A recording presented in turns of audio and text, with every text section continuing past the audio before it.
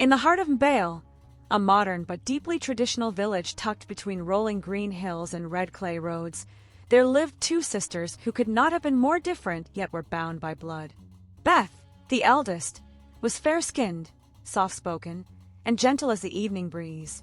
The villagers often said she was the quiet river that runs deep, for she carried herself with a quiet grace that won respect but rarely excitement.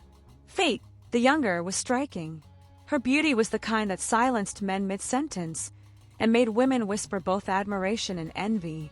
She walked with elegance, her laughter ringing like bells, her eyes brighter than the morning sun. They were the daughters of Chief Muwanga, a noble man and widower who had raised them single-handedly since their mother's death in childbirth.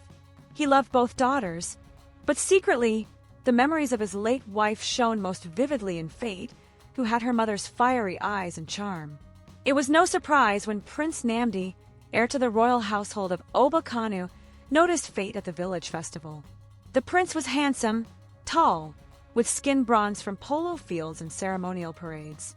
He moved through the crowd with guards, yet his eyes followed only her. They began to meet in secret.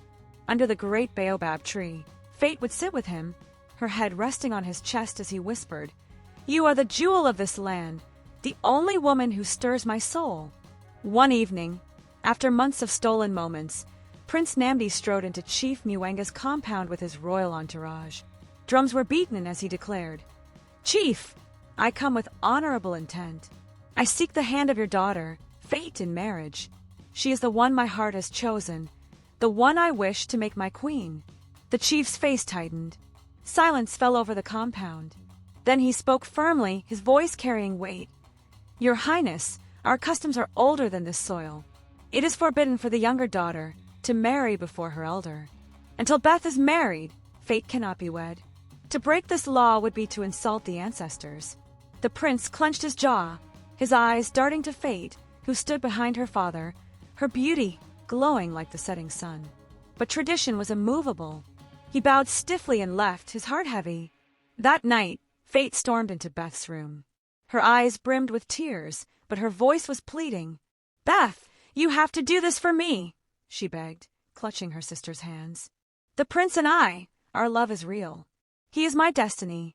But because of this law, I will never have him unless you help me." Beth frowned. "What are you saying?" "I need you to marry him first," Fate whispered, desperation thick in her voice. "It will only be in name, a formality. He will honor you, I promise, but it is me he loves. Once you are his wife, he will take me too. You know this is our way. Please, Beth, you're all I have."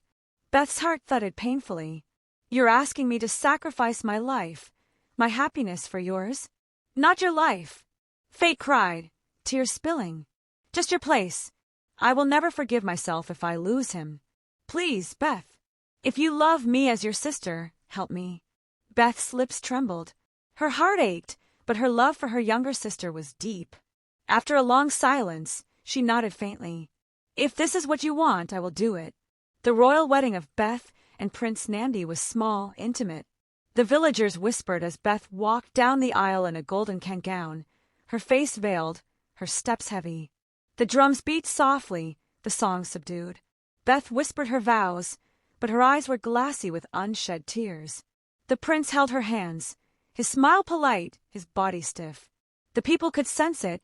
The bride was not the one who held his heart.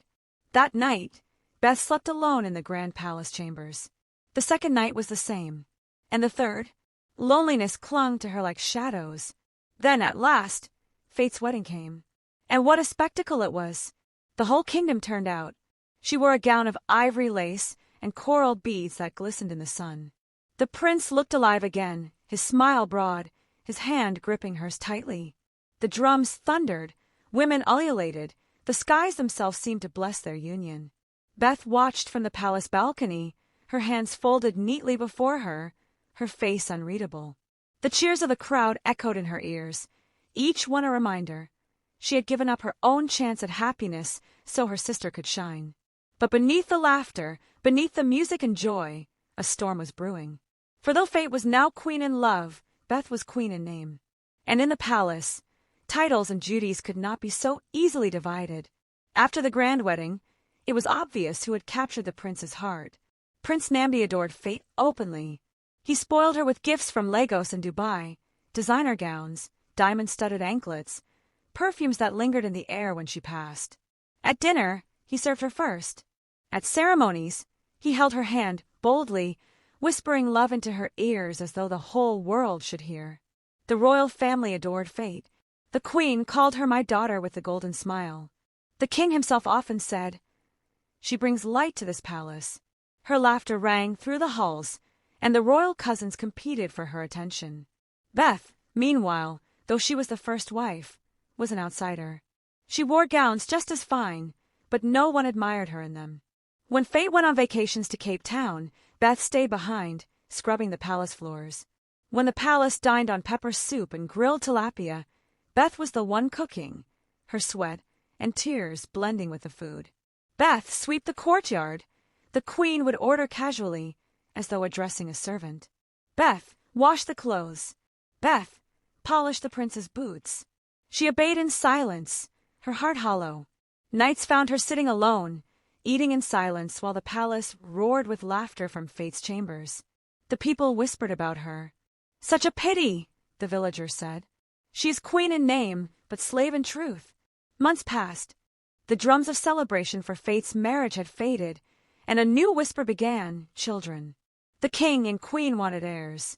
"A throne without children," the elders murmured, "is a stool with broken legs." But despite all the love, fate's womb remained empty. Time after time, tests came back negative. Fate began to cry herself to sleep, though the prince still held her tightly. The queen grew stern.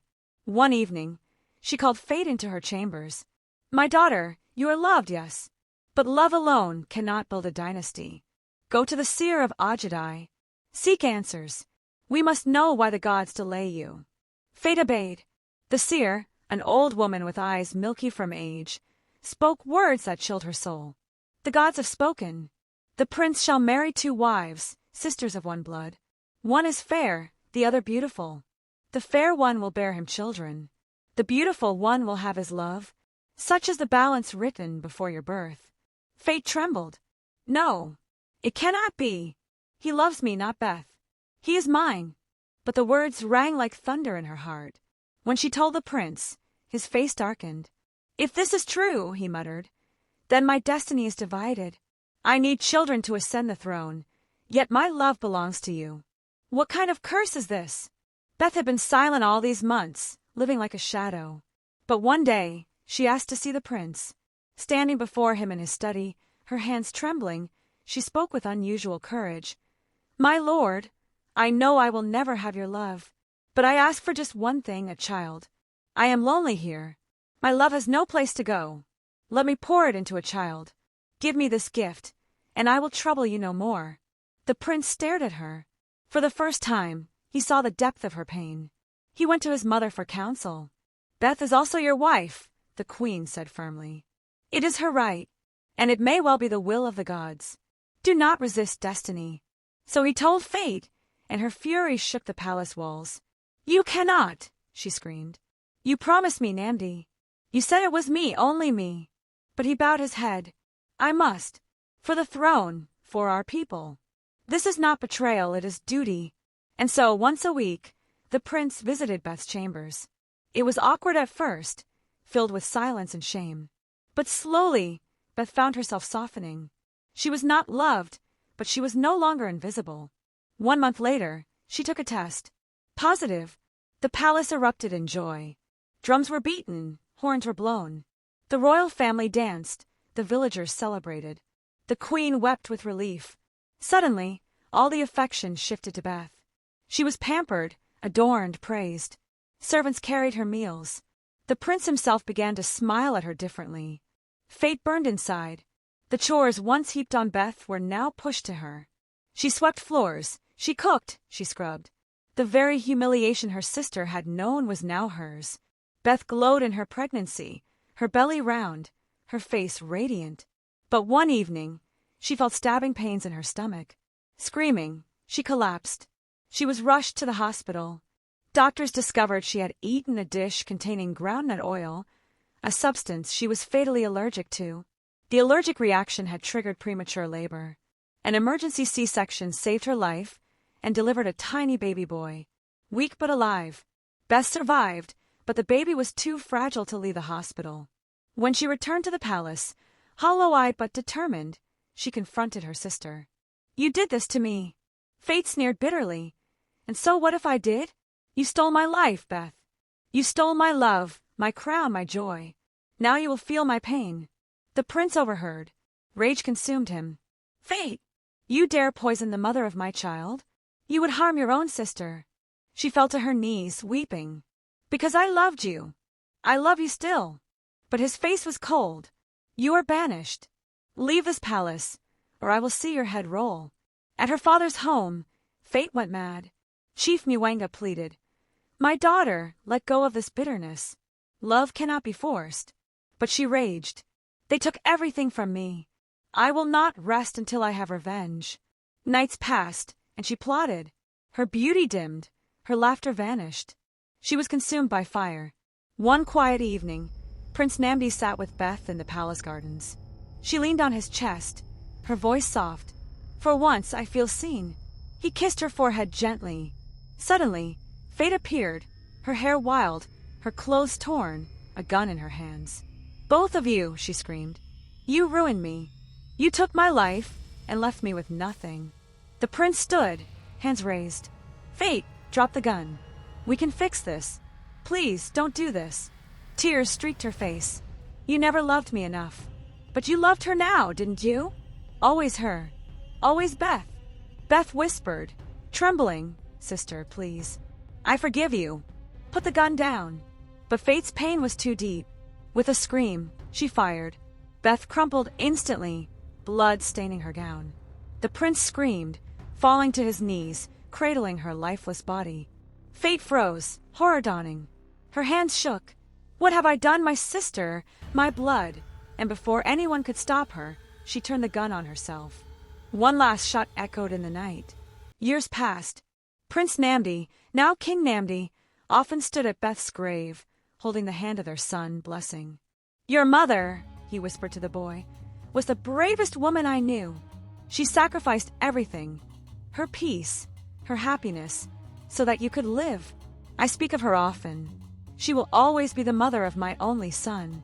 Blessing laid flowers on the grave. "Mama, I love you. Papa says you smile like me. I will make you proud." The king's eyes misted. Back in the throne room, alone, King Nnamdi sat on his seat of power, staring into the distance. Two sisters had loved him, and through them he had learned the hardest truths. He whispered to himself, "Love without balance destroys. Favor without justice corrupts. Desire without restraint kills." And so he ruled with humility, forever marked by the tragedy of Beth and Fate, the two queens who had shaped his destiny in life and in death. T. End.